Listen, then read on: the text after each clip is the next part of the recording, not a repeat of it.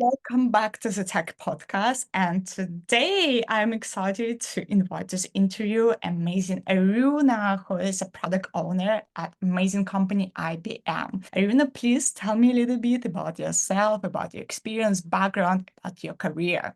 Thank you. First of all, thank you for having me.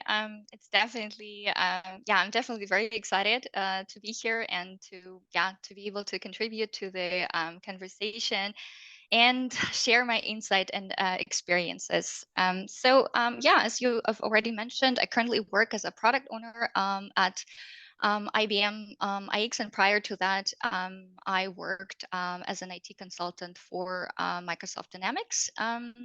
Basically, before that, I also worked as a translator, interpreter, and a language tutor, having my background in linguistics and transcultural communication. I made a lateral move and at some point decided to transition into tech. Wow, that's amazing. Tell us a little bit more about your transition from linguistian career to tech career. This transition has been definitely, at first very challenging, I would say, but at the same time, interesting and transformative to my personality, I would say. So it all started with my big passion for languages. I grew up in a bilingual environment, speaking two, I would say, very, very different languages, and bridging cultural and linguistic gaps became my second nature from a very early age. Plus, I was always fascinated at how language or languages can shape your view of the world. How many languages do you speak, and what languages do you speak? I would say I speak four languages: English, German, Russian, and Buryat, and the latter are my native or like A languages, I would say. Yeah. Wow, that's amazing. Yeah, Mhm. that's cool. Okay, great. And what inspired you to make this change and to think, oh, maybe I have to join, like, or to build a new career in tech? Mhm. I by the time I decided to switch my transition into tech, I think I had an overall of like 8 years of experience working in the field of translation, and this would include my degrees and working as a freelance and as a freelance interpreter, and a translator, also as a language tutor. And I wish I could say, I wish I could say this was inspired by some higher cause, but to be honest, I think it was a rather practical decision and just a response to the realities of the job market. So Austria is a relatively small country with only 8 million people. So you can imagine that, the job market is rather small, and especially I think it offered or could offer back then fewer opportunities for people like me, and for people with a language combination like me. And the thing is, at the end of my master's degree, I wrote a thesis on speech-to-speech translation systems.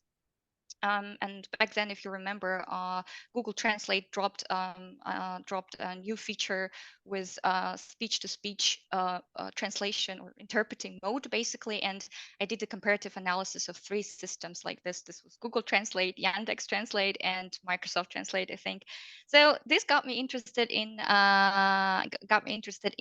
machine translation as a subfield, basically, of machine learning, which is a subfield of AI. I started taking very, very, I would say, beginner level courses for Python. But I mean, I'm the person who learns the best when I'm among peers, and where is like a clear framework. A clear framework and a roadmap laid laid out. And so I decided to pursue a part-time degree in IT and project management while still working as a freelance interpreter, translator, and a language tutor.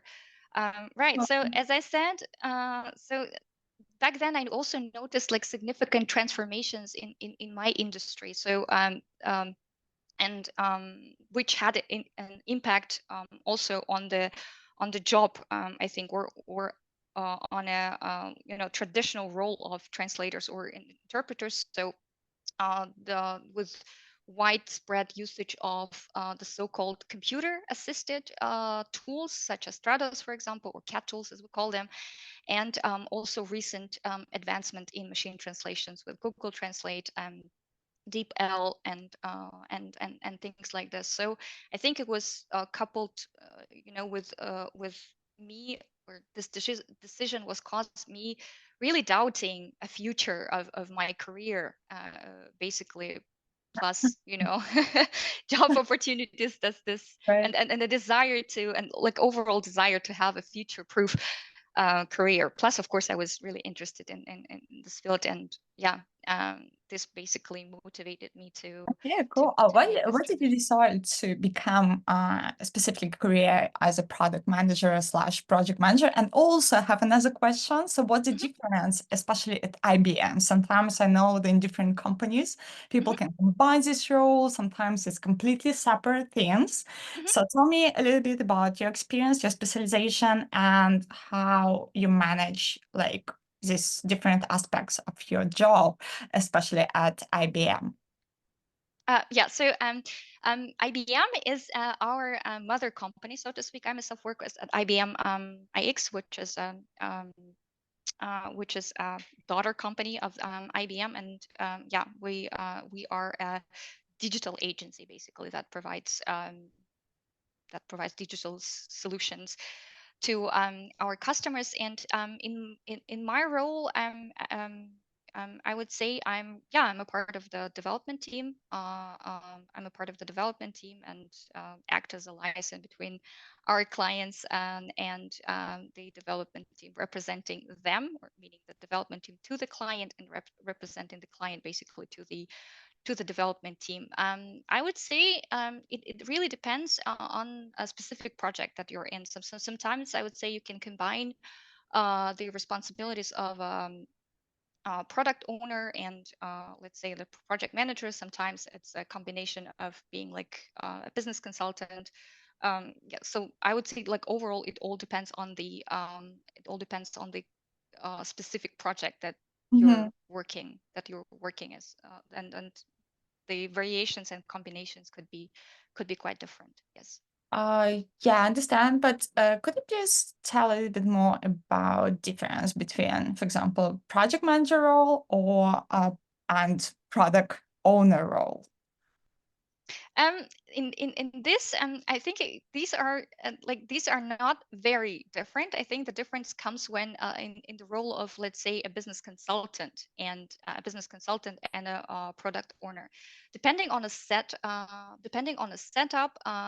These roles can be actually responsible for defining requirements. For example, in my current project, this is a more responsibility of a business consultant, or a business analyst, right? To really define the requirements and working closely with the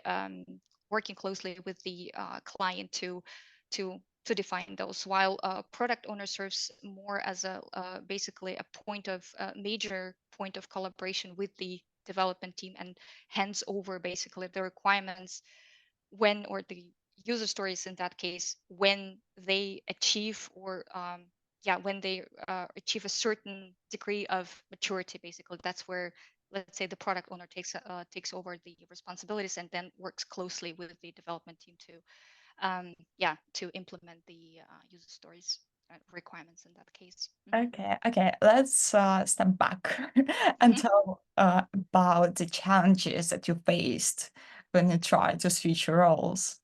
mhm. The challenges when switching to, you mean from translation into technology, right? Yeah. Yeah. Um, that's a good question. Because I think that the major challenge that I faced while transitioning into tech was definitely self-doubt. Because coming from a completely different industry, where I would say, sense of creativity was something that was greatly valued. Not that people working in tech are not creative. I think they're super creative. But this field was very unfamiliar. It was like stepping into completely unknown territory.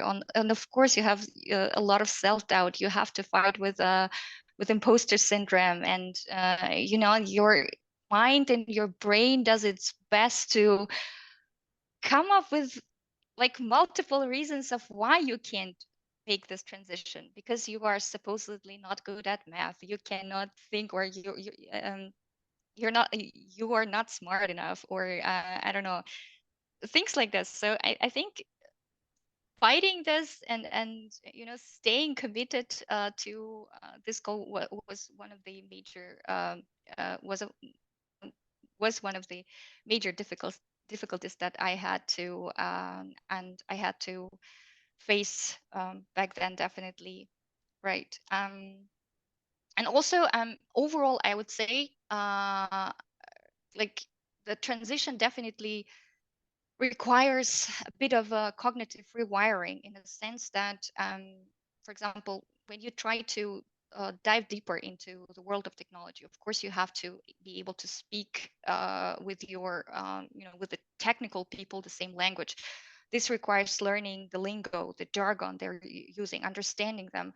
While I was taking the courses in, let's say, algorithm or data structures or databases, for example, so really understanding this for my taste very like abstract concepts also required shift and mindset, right? And here I think just making comparisons or comparing this concept and applying them basically in the world of, I don't know, it's to the world of technology, made it more relatable and understandable. But I would say these were two reasons, or these were two major challenges that I had to face. Right. Yeah, that's amazing. And what advice would you give to someone who thinking about it or who are in the process of this transition and trying to find a new job in tech industry? Mm-hmm. Yeah, yeah. My advice would be, however scary, I would say, however difficult and daunting this prospect might seem at first, I think it all starts with a single thought.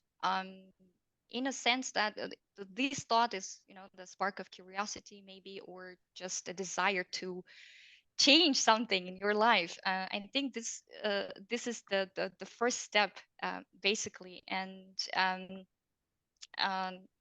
it defines your future in the end. And well, if you would look back then, or if I would look back at my past, this single curiosity, this curiosity that I had for technology, I think eventually led me to where I am now. But understanding that the self-doubt is natural for any human being, and embracing it, and keeping focus on your goal, I think is essential. And the second maybe would be being consistent. I always used to tell, and I'm still saying it, like learning a new language is like training a muscle. And if you're consistent with that, and if you devote at least 15 minutes of your time, but every day, in the end, it has a cumulative effect, or great cumulative effect. So whatever is that you're learning, be it a new programming language, for example, or like a certain skill, or a certain, I don't know, tech stack, for example, being consistent, I think, and devoting just couple hours, I don't know, minutes throughout your day, I think would have a great effect in the end. And just, I don't know, in the end, have courage to do that. I would say to make this transition. I think that's the advice I could offer. Consistency and courage, that's really important skills. Yeah. How long did it take from the first day when you decided I have Hmm. to try something new to the first job offer? I would say less than a year, actually. Oh, wow. So when I made this decision to pursue a part-time degree, yeah, maybe 8 months or so. So that's was when I landed my first job as an IT consultant.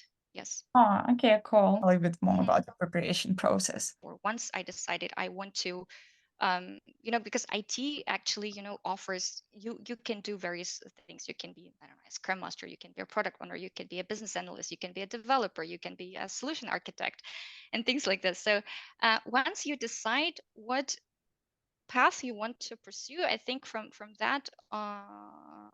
that point it becomes easier. So when I decided to basically pivot towards a career in project or product management. I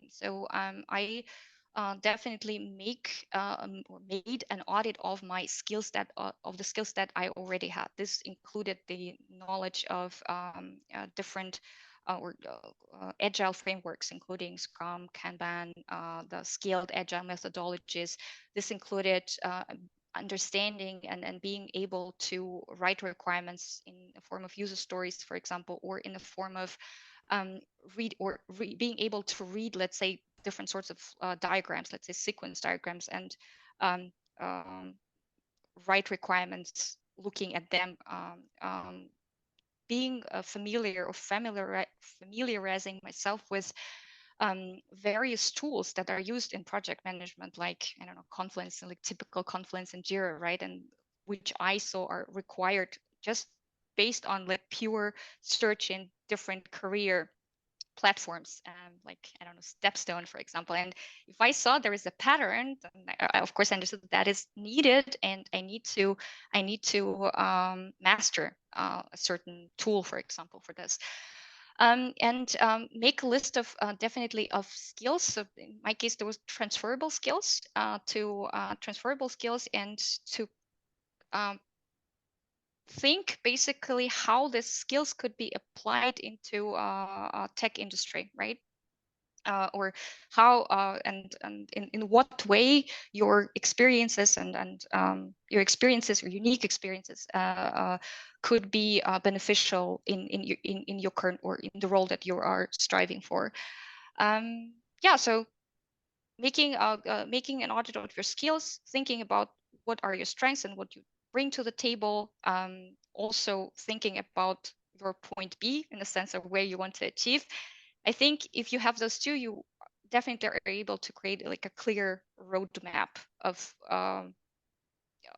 roadmap of what you need to achieve to be able to land your first job. And of course, I mean, back then, I mean, I'm a person who gets inspired by examples a lot. And back then, I remember I started watching or following a product manager.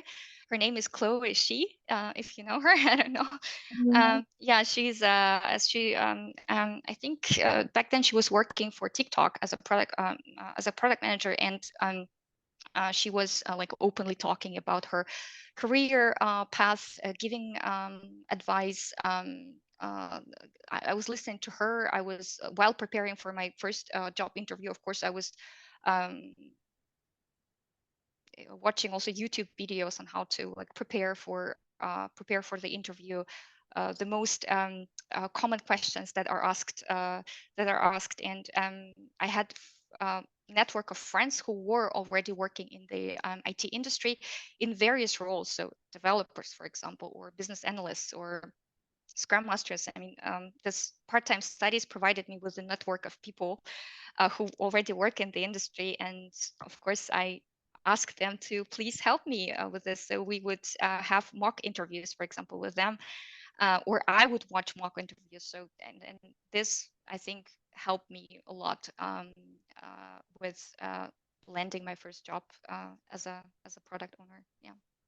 Yeah, cool, cool. So your first job in IT was like a role of consultant, right? And Yeah, then of an IT consultant. And then after 2 years, I switched to uh, product management. Yeah. yeah, so at MBM, to be honest, I'm a big fan of this company. I really like it. And tell you a little bit more about the process, I mean, hiring process, Mhm. and what kind of interviews did you have? And yeah, maybe a little bit more about your preparations, approach, and strategies. hmm So these there were I think overall four rounds of four interview rounds. First, of course, it's the first round was with an HR manager where very general questions were asked. Um, and then you had or I had an interview with the senior product owner in the company, and these were, I think, more specific and touching really my previous touching upon my previous experience in the field. And yeah, the third round was already with the management, with my um, line managers and with the director basically. And there where I that was where I received a task basically, but I had time for preparation, so it wasn't ad hoc. It was I was given time to prepare, a couple days to prepare, um, and yeah, then you would present your results, and of course they would ask questions. For example, they would also present the company. Like in the end, they would talk more about the company, about the processes, about potential team that you could be working with. Yeah, so overall I think three rounds, which might not be the longest, I think, in the industry. That's unfortunately I couldn't tell. Yeah. Yeah, so for my taste it was rather fast, I would say. Yeah. Okay, interesting. Oh, share your, I don't know, your expressions when you got the first job as a product manager slash project manager, and do you like it or not? Some maybe advantages and Mm. disadvantages of this role. I think I was super excited, to be honest, because that was my first truly international company. The problem with my first company was that it was pretty homogeneous, in a sense that I was the only female working there.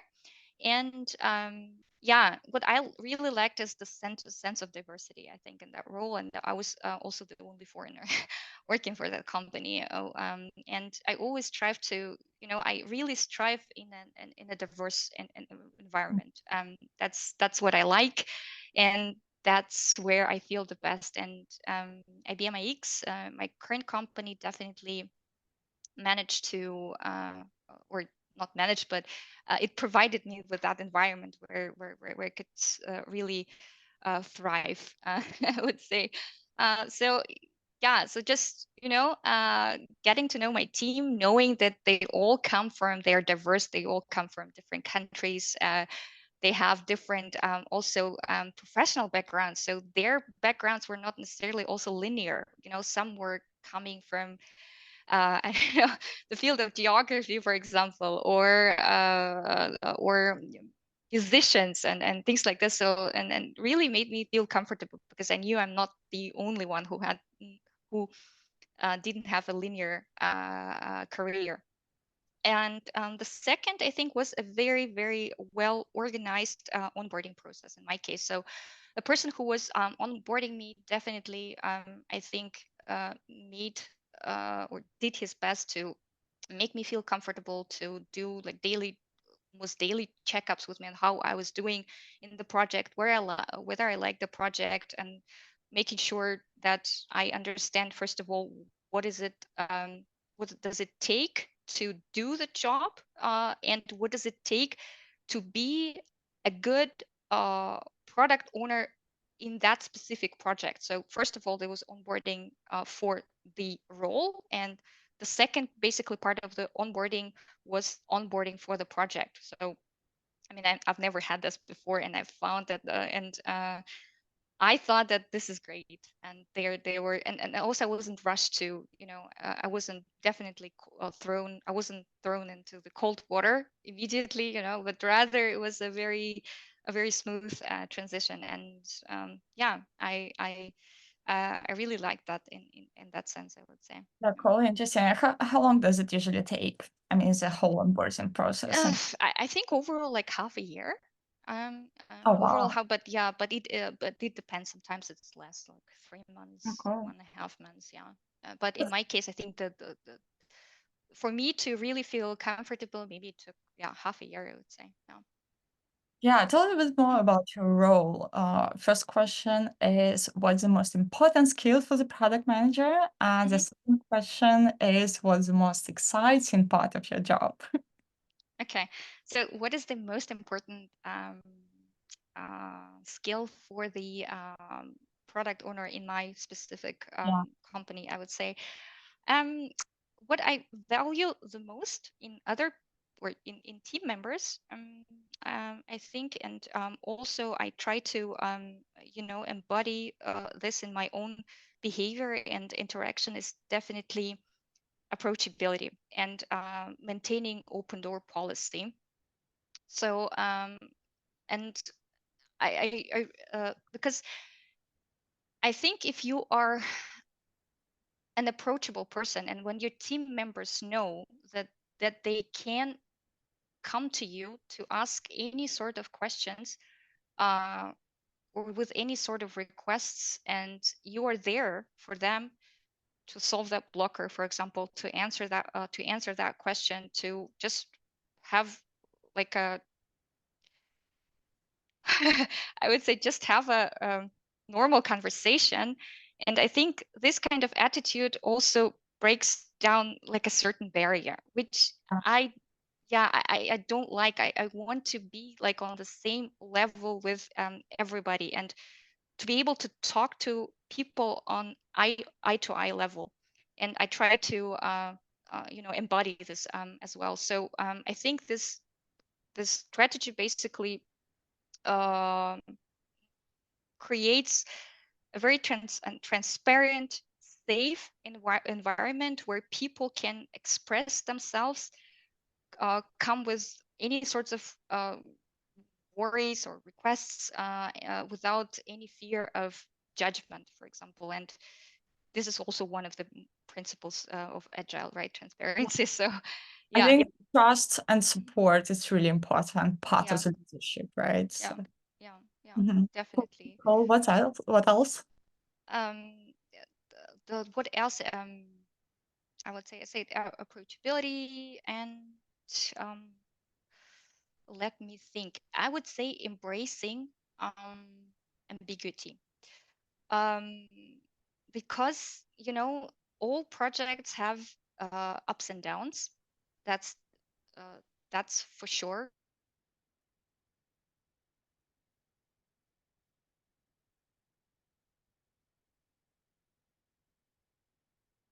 As in like every aspect of the project, and being able to embrace it, not to like stress out too much about that. Maybe just uh, I would say embracing this Zen approach to things. I would say, and of course, you have to come up with like clear, with the clear framework, let's say, on how to solve on how to solve a certain problem. But at the same time, you shouldn't let it get back to you and like be completely stressed out and like in the end I think you would end up just having a burnout, which is which is bad. Yeah, this too, I would say. Yeah, cool, cool. What about technical side? So, do you think it's important for project manager to have really solid and deep knowledge in tech side? I think it doesn't hurt. Of course there are technical product managers, right, and or product owners, or uh, um, and there are non-technical ones. I see myself more of a non-technical product owner because I think that would require someone to work either as a developer or as either as a developer, maybe an architect, and then transition to that role. In my eyes, this is like a true, maybe a technical product owner, right? Someone who really had experience of working, as a developer. And definitely it doesn't hurt to know, for example, how software products are built in terms of architecture, right? How what are the technologies that you employ for backend? What are the technologies that are used in when it comes to API layer? What are the technologies that are used on the front end side, for example, and how this individual components basically talk and talk to each other. This definitely wouldn't hurt.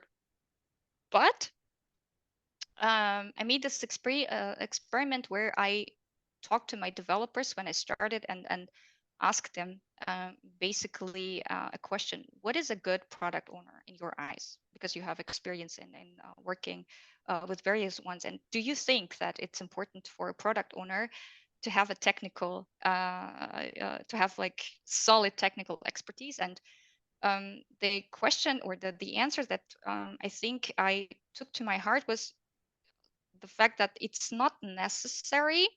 And but of course you need to work on, on understanding certain concepts and being able to speak with your developers the same language. However, if you know if this part is, let's say, not lacking or not on top yet, you can have different skills that kind of not replace, but it equals out basically this lack of technical skills. And this may be communicational skills or problem solving skills, for example, or management skills. Yeah, so you can definitely harmonize thing by having by having really strong sides, or strong skills basically. And these are not necessarily technical skills, I would say. Yes. Yeah, I totally agree with you. That's Mhm. important, but it's not necessary, of Yeah. course. You Mhm. don't have deep expertise in tech side, so that's fine. But you have to be a great and wonderful leader to understand, right, your team is their needs, to have the ability to resolve their issues and problems, and yeah, That make is sure true. that your clients are happy as well. Yeah. So how do you keep yourself up to date regarding the new techniques, product or project manager tools, approaches, and so on? Do you usually read like or follow some blogs, YouTube Mhm. channels? Do you read some books? What I do is I start my day not very often, but not every day, I would say, by reading various articles on. My God, I forgot the platform. It's a platform where you can We post can add, articles. yeah, we Excuse can me. add the link to the description later. You have your yearly targets and you specify your goals on a yearly basis with a person who is taking care of your career development within certain organization, right? So in my company, I do have that person, and we have an open conversation about what direction you want to move, and like based on this, you can come up with a plan, or development plan, for example, for a year. This includes various certifications, maybe courses that you might take, internal courses that you might take to achieve those goals. And I think this also helps me to stay up to date, right? Oh, Um, that's mm, nice. So do you have a particular career plan, right? yes, the field that I'm very, very interested in is definitely AI. And like in the future, I maybe want to pivot more towards AI management. And for this, so what I did for this is so I now am leading the focus group within our organization for generative AI topics. And like outside of my organization, I am talking to founders and to AI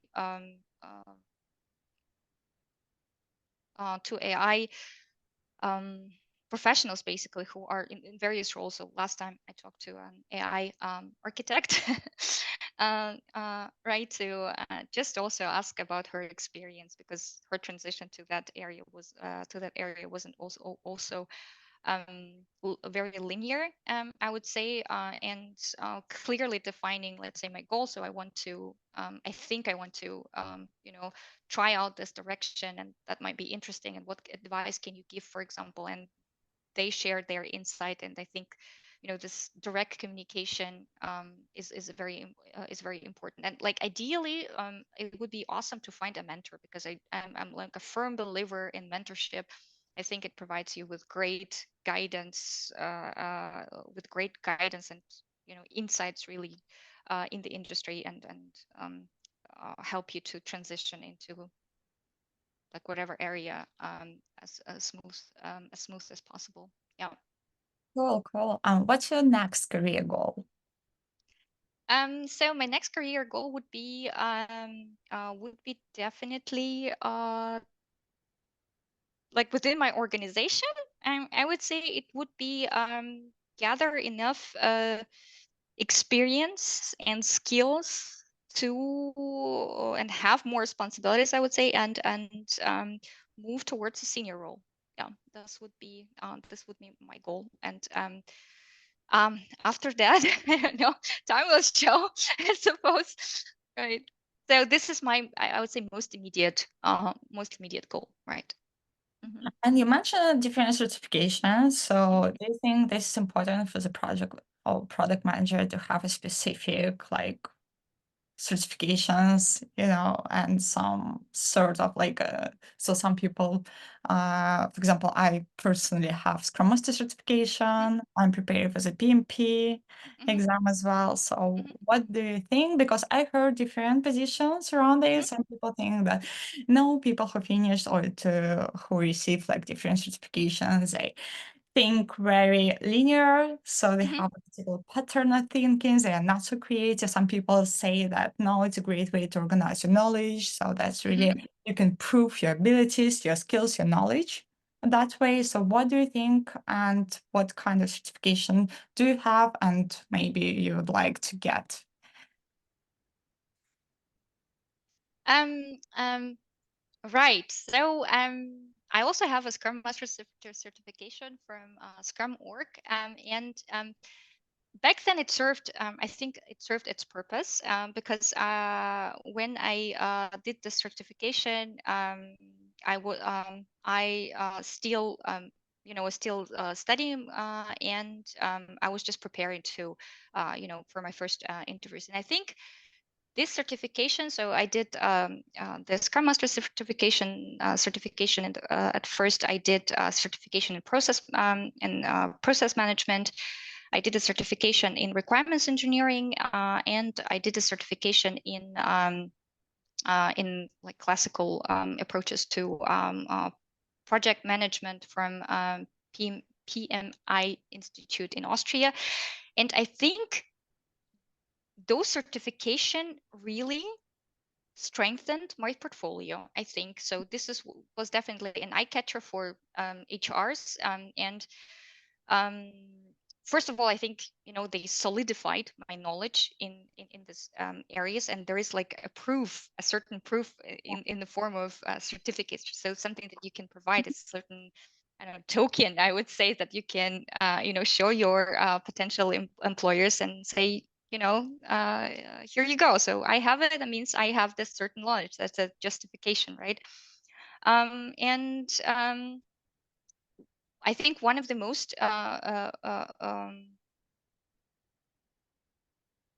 helpful certifications for within this four, I think, was definitely certification in the requirements engineering, because there was a book to study, and also different that also covered different approaches to document requirements. The requirements can be formulated in the form of in natural language, let's say in the form of a user story. As a user, I want as a user, I want XYZ, so that, and etc. Right? So this is in the form of natural language, but also there is a different form of documenting requirements, and this could be in the form of sequence diagrams, for example, or flowcharts, or in the form of um,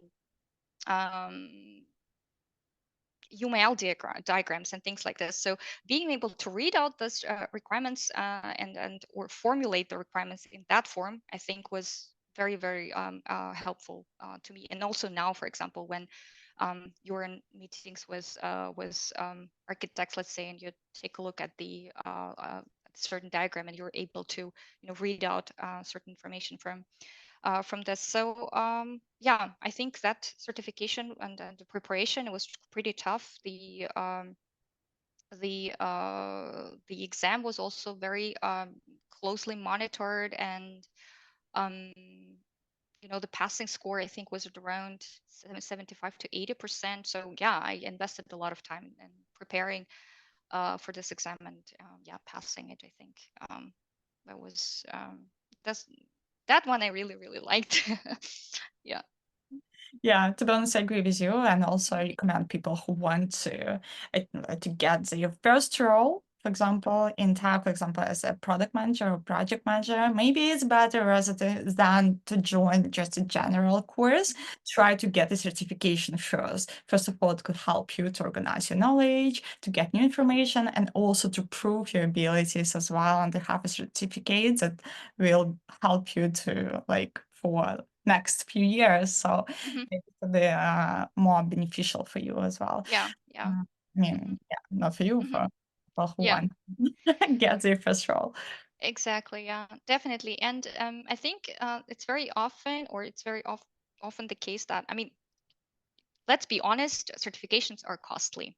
I would say they cost money, and some certification costs a lot of money. I would say so.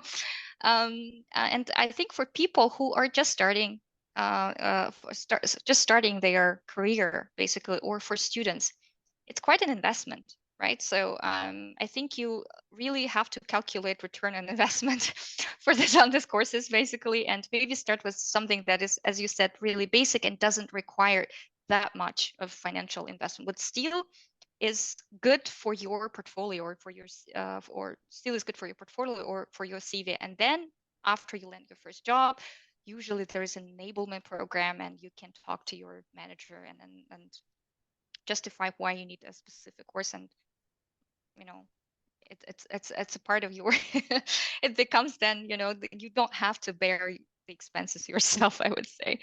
Yeah. Yeah, yeah, I totally agree Mhm. with you.